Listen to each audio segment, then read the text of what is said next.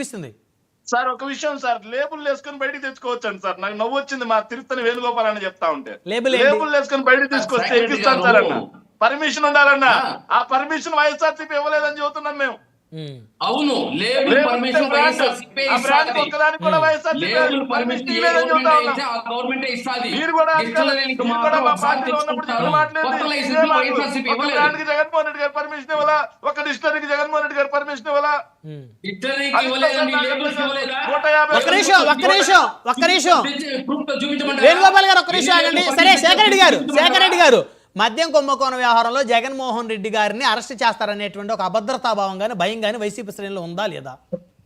Sir, Jaganmohan Reddy గారిని కాకపోతే వైఎస్ఆర్ కాంగ్రెస్ పార్టీలో ఉన్న మొత్తం నాయకులు వేసుకున్నా సరే ఎవరు భయపడేది లేదు. ఈ కూటమి ప్రభుత్వం యొక్క అరాచకాలకు ఎవరు భయపడేది లేదు. నేను చివరిగా మాట్లాడుతున్నాను సార్, వేణుగోపాల్ గారిని అడుగుతున్నాను సార్, ఈ ప్రభుత్వంలో లేదా నేను అడుగుతున్నాను సార్. ఆగండి సార్. బడి వైన్స్ విజయ్ గారు ఒక్క నిమిషం ఆగండి. విజయ్ గారు ఒక్క నిమిషం ఆగండి పాపం సార్, ఒక్క నిమిషం నేను అడుగుతున్నాను సార్. మీరు ఎలా అడిగారు కదా, బడి వైన్స్ పేరే బడి వైన్స్ సార్.